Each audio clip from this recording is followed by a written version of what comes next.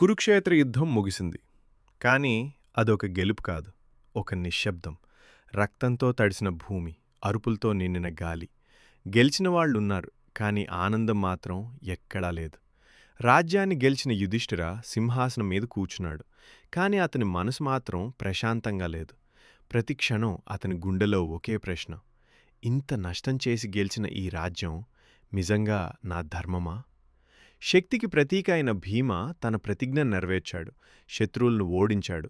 కాని తనలోని నిశ్శబ్దాన్ని మాత్రం ఓడించలేకపోయాడు. అజేయుడైన యోధుడు అర్జున తన గాంధీవాన్ని పక్కన పెట్టి నిశ్శబ్దంగా కూర్చున్నాడు.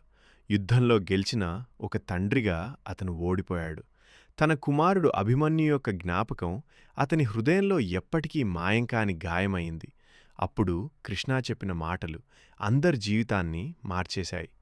యుద్ధం గెలవడం సులువు, కానీ శాంతిని నిలబెట్టడం అదే నిజమైన ధర్మం. ఆ మాటలు వినగానే వాళ్ళు అర్థం చేసుకున్నారు. గెలుపు అనేది శత్రువును ఓడించడం కాదు, మనసులోని అశాంతిని జయించడం. కాలం గడిచింది. రాజ్యం, శక్తి, మహిమ అన్నీ వాళ్లకు దూరమయ్యాయి. చివరికి వారొక నిర్ణయం తీసుకున్నారు. అన్నీ వదిలేసి ప్రశాంతత కోసం, నిజమైన గెలుపు కోసం హిమాలయాల వైపు ప్రయాణం మొదలుపెట్టారు. అది ఓ పరాజయం కాదు, అది ఓ పారిపోయే ప్రయత్నం కాదు, అది ఒక సత్యం వైపు అడుగు.